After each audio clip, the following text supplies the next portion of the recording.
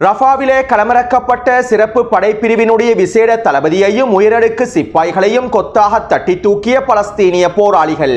மத்திய காசாவின் தெய்ர் அல்-பலா கிழக்கு பிரதேசத்தினூடாக நுழைந்து ஆக்கிரமிப்பு படைகளும் அவர்களை ஓட விரட்டி அடித்த பலஸ்தீனிய போராளிகளும். ஈரானுக்கு எதிரான போரானது இன்னும் முடிவடையவில்லை. நாங்கள் ஈரானுக்கு எதிரான அடுத்த கட்டத்திற்கு தயாராகி வருகின்றோம். காசாவை முழுமையாக கைப்பற்றும் புதிய திட்டமும் இஸ்ரேலி ஆக்கிரமிப்பு இராணுவ தலைமை அதிகாரியினுடைய கோரிக்கையும். இஸ்ரேலி ஆக்கிரமிப்பு பாராளுமன்றத்திற்குள்ளே ஏற்பட்டிருக்கக்கூடிய சிக்கல்களும் திண்டாடும் நெட்டன்யாகுவின் கூட்டணியும்.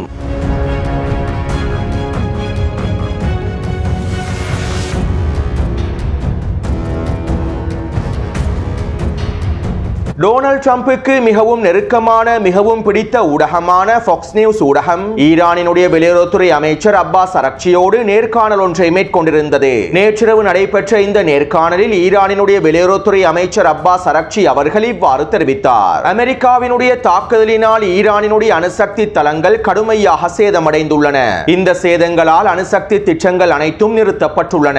அமெரிக்காவின் தாக்குதல்கள் ஈரானினுடைய அணுசக்தி திட்டங்களுக்கு பாரிய இழப்புகளை ஏற்படுத்தி அத்தோடு ஈரான் எப்போதும் எதிர்ப்பு அச்சுக்களுக்கு முழுமையான ஆதரவை வழங்கும். யமன் ஹவுதிகளுக்கும் ஹிஸ்புல்லா இராணுவத்திற்கும் ஹமாஸுக்கும் தேவையான எல்லாவிதமான ஆயுதங்களையும் பண உதவிகளையும் ஈரான் தொடர்ச்சியாக மேற்கொள்ளும். எந்த சூழ்நிலையிலும் ஈரான் இந்த உதவிகளையும் ஆயுத பரிமாற்றங்களையும் நிறுத்தப் போவதில்லை. ஹமாஸும் ஹிஸ்புல்லாவும் யமனும் முறையான எதிர்ப்பு குழுக்களாகவே இருக்கின்றார்கள். இதனால் நாங்கள் அவர்களுக்கு தேவையான ஆயுதங்களையும் ஏனைய உதவிகளையும் தொடர்ச்சியாக மேற்கொள்வோம் என ஈரானினுடைய வெளியுறவுத்துறை அமைச்சர் அப்பாஸ் அரக்சி அவர்கள் குறித்த நேர்காணலில் தெரிவித்திருந்தார். அத்தோடு அமெரிக்காவின் தாக்குதலினால் ஈரானினுடைய அணுசக்தி தளங்கள் முழுமையாக சேதமடையவில்லை என்பது அனைவருக்கும் தெரிந்த விடயமாகும். நட்டான்ஸ் அணுசக்தி தளத்தை தவிர போர்டோ அணுசக்தி தளமோ இஸ்ஃபஹான் அணுசக்தி தளமோ அமெரிக்காவின் தாக்குதல்களினால் முழுமையாக சேதமடையவில்லை. அத்தோடு ஈரானினுடைய அணுசக்தி தளங்கள் அமெரிக்காவின் தாக்குதலினால் சிதைக்கப்பட்டிருப்பதாக கடந்த காலங்களிலும் ஈரானுடைய வெளியுறவுத்துறை அமைச்சர் ஊடகங்களிடம் தெரிவித்திருந்தார். அதே நேரம் அமெரிக்காவினுடைய தாக்குதலினால் ஈரானினுடைய அணுசக்தி தளங்கள் சிதைக்கப்படவில்லை என்கின்ற உண்மையை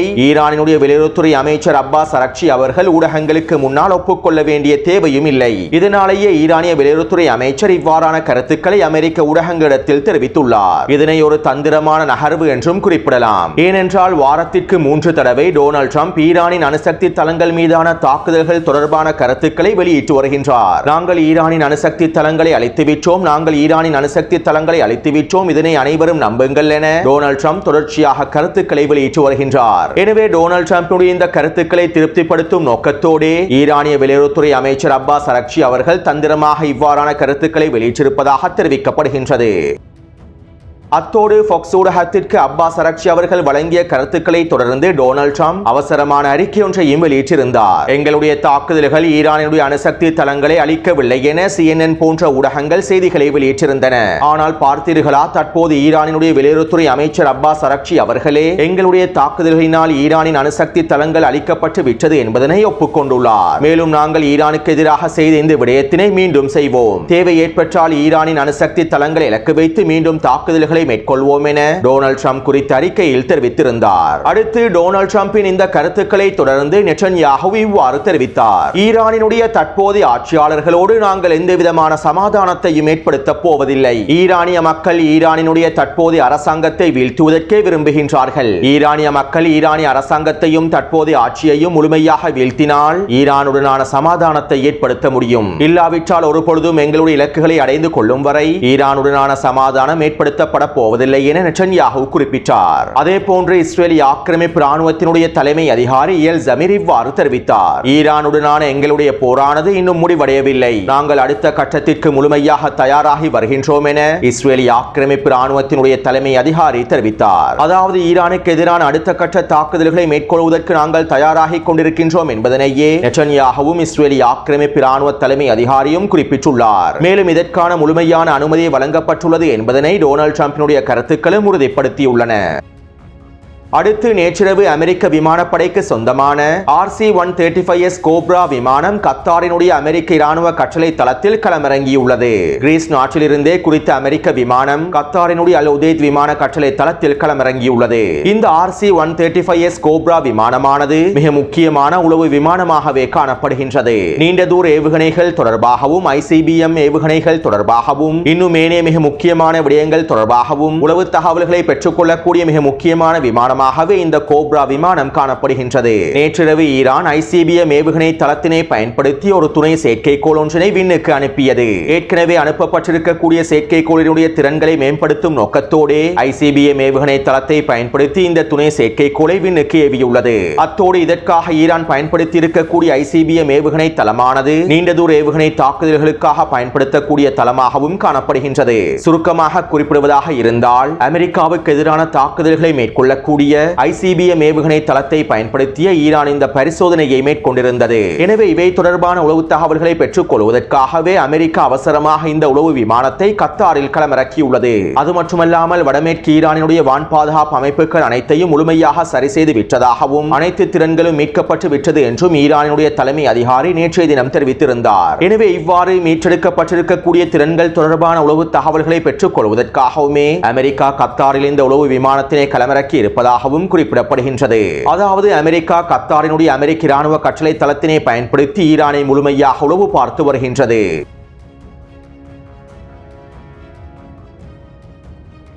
இஸ்ரேலி ஆக்கிரமிப்பு பாராளுமன்றத்தின் ஆசனங்களை உங்களுக்கு குறித்த வரைபடத்தில் அவதானிக்கலாம். இஸ்ரேலி ஆக்கிரமிப்பு பாராளுமன்றத்தில் 120 ஆசனங்கள் காணப்படுகின்றன. தற்போது இந்த 120 ஆசனங்களில் 60 ஆசனங்களையே நெட்டன்யாகுவின் கூட்டணி கொண்டுள்ளது. கடந்த வாரம் நெட்டன்யாகுவின் கூட்டணியில் 66 ஆசனங்கள் காணப்பட்டன.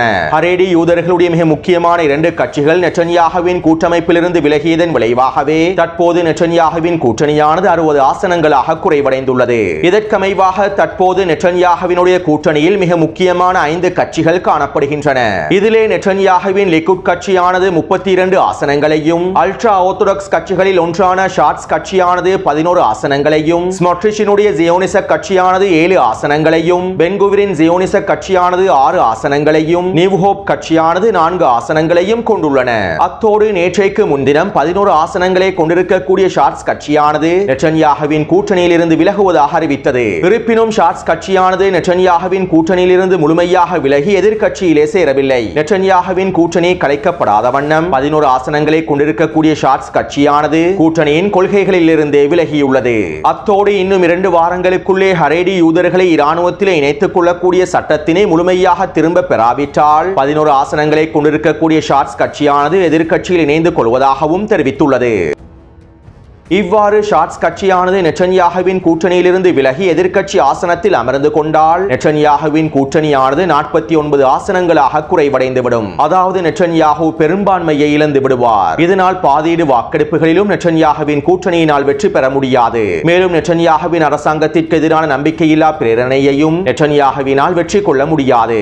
எனவே ஷாட்ஸ் கட்சியானது இன்னும் 1-2 வாரங்களுக்குள் எதிர்க்கட்சி ஆசனத்தில் அமர்ந்துவிட்டால் நெட்டன்யாகுவின் அரசாங்கம் முழுமையாக கலைக்கப்பட்டுவிடும். இவ்வாறு அரசாங்கம் கலைக்கப்பட்டால் 90 நாட்களுக்குள் தேர்தல் நடத்தப்பட வேண்டும். நெட்டன்யாகுவின் அரசாங்கம் கலைக்கப்பட்டால் காசாவிலே யுத்தத்தினை தொடரவும் முடியாது. தேர்தல் ஒன்றை எதிர்நோக்கும் சந்தர்ப்பத்தில் எந்தவிதமான யுத்த களங்களிலும் பங்கு பெற்ற முடியாது. இதனால் இஸ்ரேலி ஆக்கிரமிப்பிலே புதிய அரசாங்கம் ஒன்று உருவாக்கப்படும் வரை 6 மாதத்திற்கு காசாவிலே யுத்த நிறுத்தம் ஏற்படுத்தப்படலாம். அல்லது ஹமாஸினுடைய நிபந்தனைகள் ஏற்றுக்கொள்ளப்பட்டு 5 தொடக்கம் 7 ஆண்டு வரையிலான நிரந்தர யுத்த நிறுத்தமும் ஏற்படலாம். நெட்டன்யாகுவின் அரசாங்கம் கலைக்கப்பட்டால் இஸ்ரேலி ஆக்கிரமிப்பு காசாவிலிருந்து முழுமையாக வெளியேற வேண்டிய சூழ்நிலையும் ஏற்படும். அத்தோடு நெட்டன்யாகுவின் அரசாங்கம் தற்போதைய சூழ்நிலையில் கலைக்கப்படாவிட்டால் அடுத்த வருடம் அக்டோபர் மாதத்திலேயே பாராளுமன்ற தேர்தல் நடைபெறும். மேலும் அடுத்த வருடம் அக்டோபர் மாதம் நடைபெற போகும் பாராளுமன்ற தேர்தலிலே நெட்டன்யாகு வெற்றி பெற வேண்டுமாக இருந்தால், மீண்டும் பிரதமராக தெரிவு செய்யப்பட வேண்டுமாக இருந்தால் அடுத்த வருடம் அக்டோபர் மாதத்திற்குள்ளே காசாவில் போரை முடிவுக்கு கொண்டு வர வேண்டும். காசாவில் இருக்கக்கூடிய பணைய கைதிகளை முழுமையாக மீட்டெடுக்க வேண்டும். காசாவையும் முழுமையாக கைப்பற்றி இருக்க வேண்டும். இவ்வாறு நெட்டன்யாகு இந்த வெற்றி இலக்குகளை அடைந்து கொண்டால் மாத்திரமே மாத்திரமே அடுத்த வருடம் நடைபெறக்கூடிய தேர்தலில் நெட்டன்யாஹு வெற்றி பெறுவதற்கான வாய்ப்புகள் அதிகரிக்கும். அதாவது நெட்டன்யாஹுவினுடைய தற்போதைய திட்டம் என்னவென்றால் இன்னும் 10 வருடங்களுக்கு பிரதமர் பதவியில் இருக்க வேண்டும் என்பதே. தேர்தல் ஒன்று நடைபெற்றால் அந்த தேர்தலில் வெற்றி பெற்று மீண்டும் பிரதமராக பதவியேற்க வேண்டும் என்பதே நெட்டன்யாஹுவின் திட்டமாகும். இதற்கான சாத்தியமான விடயங்களையே நெட்டன்யாஹு மேற்கொண்டு வருவதாகவும் தெரிவிக்கப்படுகின்றது. எனவே இதற்கமைவாக தற்போது நெட்டன்யாஹுவுக்கு 3 விருப்பங்கள் காணப்படுகின்றன. ஒன்று, காசாவிலே தற்காலிக யுத்த நிறுத்தத்தினை ஏற்படுத்திவிட்டு இடைக்கால தேர்தலை நடத்தி அதிலே வெற்றி பெற்று பிரதமராக மீண்டும் பதவி வகிப்பதாகும். அல்லது அடுத்த வருடம் அக்டோபர் மாதத்திற்கு முன்பு காசாவில் இருக்கக்கூடிய பணைய கைதிகளை முழுமையாக மீட்டெடுத்து காசாவை முழுமையாக கைப்பற்றி அடுத்த தேர்தலிலும் வெற்றி பெற்று பதவியில் தொடர்வதாகும். அல்லது ஈரானுக்கு எதிரான போரையும் எதிர்ப்பற்றுகளுக்கு எதிரான போரையும் காசாவுக்கு எதிரான போரையும் இன்னும் 2-3 வருடங்களுக்கு தொடர வேண்டும். எனவே இந்த 3 வாய்ப்புகளில் ஏதாவது ஒரு வாய்ப்பை பயன்படுத்தி தன்னுடைய பதவி காலத்தை நீடிப்பதற்காகவே நெட்டன்யாஹு எல்லா விதமான திட்டங்களையும் வகுத்து வருகின்றார். அதே நேரம் நெட்டன்யாஹுவின் கூட்டணியிலே இருக்கக்கூடிய தீவிர வலதுசாரி அமைச்சர்களான பென்குவிரும் ஸ்மொட்ரிச்சும் காசாவிலே இறுதி வெற்றி இலக்கை அடையும் வரை போரை தொடர வேண்டும் என்றும் ஈரானுக்கு எதிராகவும் எதிர்ப்பற்றுகளுக்கு எதிராகவும் போரை தொடர வேண்டும் என்றும் காசாவையும் எதிர்ப்பற்றுகளையும் ஈரானையும் முழுமையாக அழித்துவிட வேண்டும் என்றும் அதற்கு பிறகே தேர்தல் ஒன்று நடத்தப்பட வேண்டும் என்றும் நெட்டன்யாஹுவுக்கு ஆலோசனைகளையும் அழுத்தங்களையும் வழங்கி வருகின்றார்கள். அதாவது இன்னும் 2-3 வருடங்களுக்கு தேர்தலை முழுமையாக ஒத்திவைத்துவிட்டு ஹமாஸையும் ஹிஸ்புல்லாவையும் ஈரானையும் ஏனைய எதிர்ப்பற்றுகளையும் முழுமையாக அழிக்க வேண்டும் என்று பென்குவிரும் ஸ்மொட்ரிச்சும் தெரிவித்துள்ளார்கள். அத்தோடு நெட்டன்யாஹுவின் தற்போதைய அரசாங்கம் வீழ்ச்சியடையாமல் இருக்க வேண்டுமாக இருந்தால், அரசாங்கம் கலைக்கப்படாமல் இருக்க வேண்டுமாக இருந்தால் 11 ஆசனங்களை கொண்டிருக்கக்கூடிய ஷாட்ஸ் கட்சியானது எதிர்க்கட்சி ஆசனத்திலே அமரக்கூடாது.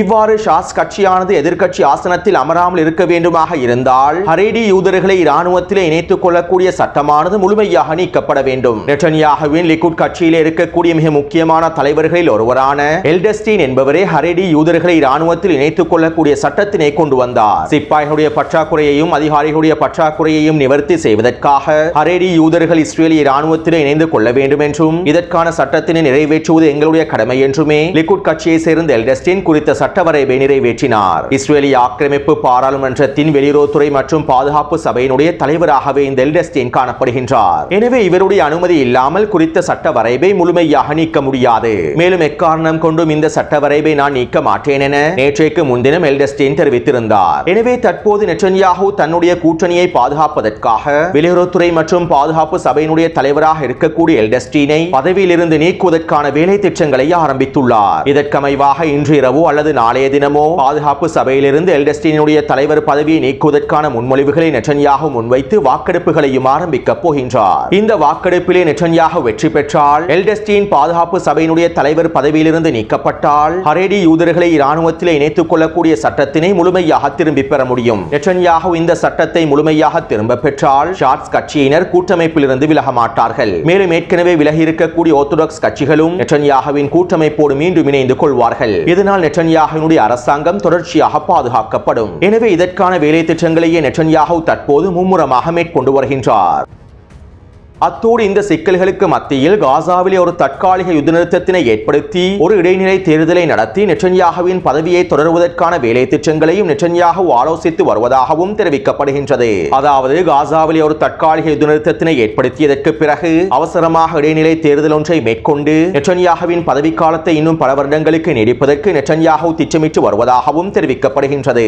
இருப்பினும் காசாவிலே ஒரு தற்காலிக யுத்த நிறுத்தம் ஒன்றை ஏற்படுத்துவதற்கான திட்டத்திற்கு பென்குவிரும் ஸ்மொட்ரிச்சும் மறுப்பு தெரிவித்துள்ளார்கள். அதிலும் குறிப்பாக பென்குவிர் இந்த திட்டத்திற்கு முழுமையான மறுப்பை தெரிவித்துள்ளார். அத்தோடு குறித்த விடயம் தொடர்பாக பென்குவிர் நேற்றிரவு இஸ்ரேலிய ஆக்கிரமிப்பு ஊடகங்களிடம் இவ்வாறு தெரிவித்தார். நாங்கள் காசாவுக்கு தேவையான ஆக்சிஜனை வழங்கவே கூடாது. காசாவிலே 60 நாள் தற்காலிக யுத்த நிறுத்தத்தினை ஏற்படுத்தி காசாவிற்குள்ளே உணவு விநியோகத்தை அனுமதிப்பதும் காசா முழுவதும் உணவு விநியோகத்தை மேற்கொள்வதும் பலஸ்தீனிய மக்களுக்கு தேவையான எல்லா விதமான உணவுப் பொருட்களையும் கொண்டு சேர்ப்பதும் காசாவுக்கு தேவையான ஆக்சிஜனை வழங்கிவிடும். 60 நாள் தற்காலிக யுத்த நிறுத்தத்தின் மூலமாக ரஃபா கடவை திறக்கப்பட்டு உணவு விநியோகம் மேற்கொள்ளப்படுவதனால் ஒட்டுமொத்த காசாவும் மீண்டும் உறுதியடைந்துவிடும். ஹமாஸும் அவர்களுக்கு தேவையான உணவை பெற்றுக்கொண்டு உறுதியடைவார்கள். பலஸ்தீனிய மக்களும் உறுதியடைந்து விடுவார்கள். இப்படியான சூழ்நிலையில் நாங்கள் 60 நாட்களுக்கு பின்பு மீண்டும் காசாவிலே போரை ஆரம்பித்தாலும் அது பயனளிக்காது. ஏனென்றால் இந்த 60 நாட்களுக்குள் ஹமாஸும் பலஸ்தீனிய மக்களும் முழுமையாக உறுதியடைந்து அடுத்த கட்டத்திற்கு நகர்ந்து விடுவார்கள். தற்போதைய சூழ்நிலையில் நாங்கள் ஹமாஸினுடைய கழுத்தை முழுமையாக இருக்க வேண்டும். காசாவினுடைய முற்றுகையை இருக்குவதன் மூலமாக மூலமாகவும் காசாவிற்குள்ளே உணவு விநியோகத்தை முழுமையாக கட்டுப்படுத்துவதன் மூலமாகவும் காசாவில் உள்ள பலஸ்தீனிய மக்களை வெளியேற்றுவதற்கான வேலை திட்டங்களை மேற்கொள்வதன் மூலமாகவுமே ஹமாஸை எங்களுக்கு சரணடைய வைக்க முடியும். இதனால் நாங்கள் ஒரு பொழுதும் தற்காலிக யுத்த நிறுத்தத்திற்கு சம்மதத்தினை வழங்கப் போவதில்லை. இந்த போரை தொடர்ச்சியாக மேற்கொண்டு ஒட்டுமொத்த வெற்றி இலக்குகளையும் அடையும் வரை தேர்தல் ஒன்றை நடத்தாமல் முன்னோக்கி செல்வதையே நாங்கள் விரும்புகின்றோம் என இஸ்ரேலிய ஆக்கிரமிப்பின் வலதுசாரி அமைச்சர் பென் குவிர் தெரிவித்துள்ளார். எனவே இந்த தகவல்களிலிருந்து ஒரு விடயத்தினை தெளிவாக புரிந்து கொள்ள முடியும். இஸ்ரேலிய ஆக்கிரமிப்பு மிகப்பெரிய இழப்புகளையும் அழிவுகளையும் சந்திப்பதற்கு நெட்டன்யாஹூ பிரதமர் பதவியில் இருக்க வேண்டும் என்பதனையும், நெட்டன்யாஹுவின் தலைமையிலேயே இஸ்ரேலிய ஆக்கிரமிப்பு மிகப்பெரிய இழப்புகளை சந்தித்து தன்னுடைய இறுதி மூச்சையும் சுவாசிக்கும் என்பதனையும் எங்களுக்கு தெளிவாக புரிந்து கொள்ள முடியும். உண்மையில் நெட்டன்யாஹூ தன்னுடைய பதவியை பாதுகாத்துக் கொள்வதற்காக இவ்வளவு வேலை திட்டங்களையும் மேற்கொள்ளவில்லை. இஸ்ரேலிய ஆக்கிரமிப்பின் பேரழிவை உறுதிப்படுத்துவதற்காகவும் இஸ்ரேலிய ஆக்கிரமிப்பின் எதிர்காலத்தை சிதைப்பதற்காகவுமே நெட்டன்யாஹூ இவ்வளவு வேலை திட்டங்களையும் மேற்கொண்டு வருகின்றார் என்பதனையும் நாங்கள் தெளிவாக புரிந்து கொள்ள வேண்டும். அடுத்து நேற்றிரவு நெட்டன்யாஹூ இவ்வாறு தெரிவித்தார். ஹமாஸ் அதனுடைய ஆயுதங்களை கீழே வைத்து சரணடைந்து விட்டால் காசாவிலே யுத்தம் நிறுத்தப்பட்டுவிடும். மேலும் ஹமாஸினுடைய உறுப்பினர்கள் ஆயுதங்களை கீழே வைத்தால் அவர்களை பாதுகாப்பாக காசாவிலிருந்து வெளியேற்றுவதற்கும் நாங்கள் தயாராகவே இருக்கின்றோம். காசாவிலே ஹமாஸ் முழுமையாக சரணடையும் வரை காசாவிலே போரானது நிறுத்தப்பட போவதில்லை என நெட்டன்யாஹூ ஊடகங்களிடம் தெரிவித்திருந்தார். அதாவது நெட்டன்யாஹூ வழமை போன்று அவருடைய மாயைகளையும் கற்பனைகளையுமே தெரிவித்துள்ளார். கடந்த 6 மாதமாக ஹமாஸ் சரணடைந்தால் காசாவில் யுத்த நிறுத்தம் ஏற்படுத்தப்பட்டுவிடும் என்கின்ற கருத்துக்களையே அவருடைய கற்பனைகளையே நெட்டன்யாஹூ வெளியிட்டு வருகின்றார். அடுத்து காசாவை முழுமையாக கைப்பற்றுவது தொடர்பாகவும் இதன் ஆரம்பமாக வடக்கு காசாவை முழுமையாக கைப்பற்றுவது தொடர்பாகவும் ஒரு புதிய திட்டத்தினை உருவாக்குமாறும் ஒரு புதிய திட்டத்தினை வடிவமைக்குமாறும் நெட்டன்யாஹூ இஸ்ரேலிய ஆக்கிரமிப்பு இராணுவ தலைமை அதிகாரியிடம் தெரிவித்திருந்தார். அமெரிக்க விஜயத்திற்கு முன்பே இந்த திட்டத்தினை அமைக்க வேண்டும் என நெட்டன்யாஹூ இஸ்ரேலிய ஆக்கிரமிப்பு இராணுவ தலைமை அதிகாரியிடம் தெரிவித்திருந்தார். எனவே இதற்கமைவாக தற்போது இஸ்ரேலிய ஆக்கிரமிப்பினுடைய இராணுவ தலைமை அதிகாரி காசாவை முழுமையாக கைப்பற்றக்கூடிய திட்டத்தினை வடிவமைத்து நெட்டன்யாஹூவிடம் ஒப்படைத்துள்ளார். இருப்பினும் நெட்டன்யாஹூ குறித்த திட்டத்தினை ஏற்றுக்கொள்ளவில்லை. இந்த திட்டமானது காசாவை முழுமையாக கைப்பற்றக்கூடிய திட்டமல்ல.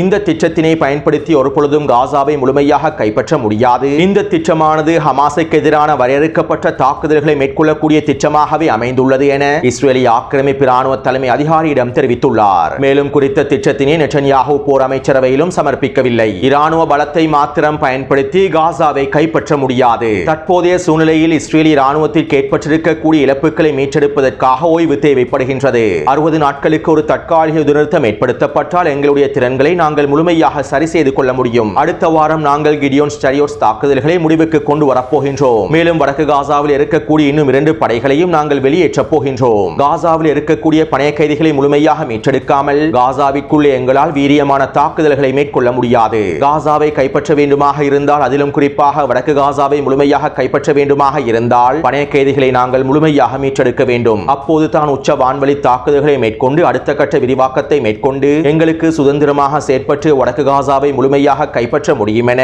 இஸ்ரேலிய ஆக்கிரமிப்பினுடைய இராணுவ தலைமை அதிகாரி எல் ஜமீர் நெட்டன்யாஹூவிடம் தெரிவித்திருப்பதாக இஸ்ரேலிய ஆக்கிரமிப்பு ஊடகங்கள் செய்திகளை வெளியிட்டுள்ளன. இஸ்ரேலிய ஆக்கிரமிப்பின் வல்லா ஊடகமும் வைநெட் ஊடகமுமே இந்த தகவல்களை வெளியிட்டுள்ளன.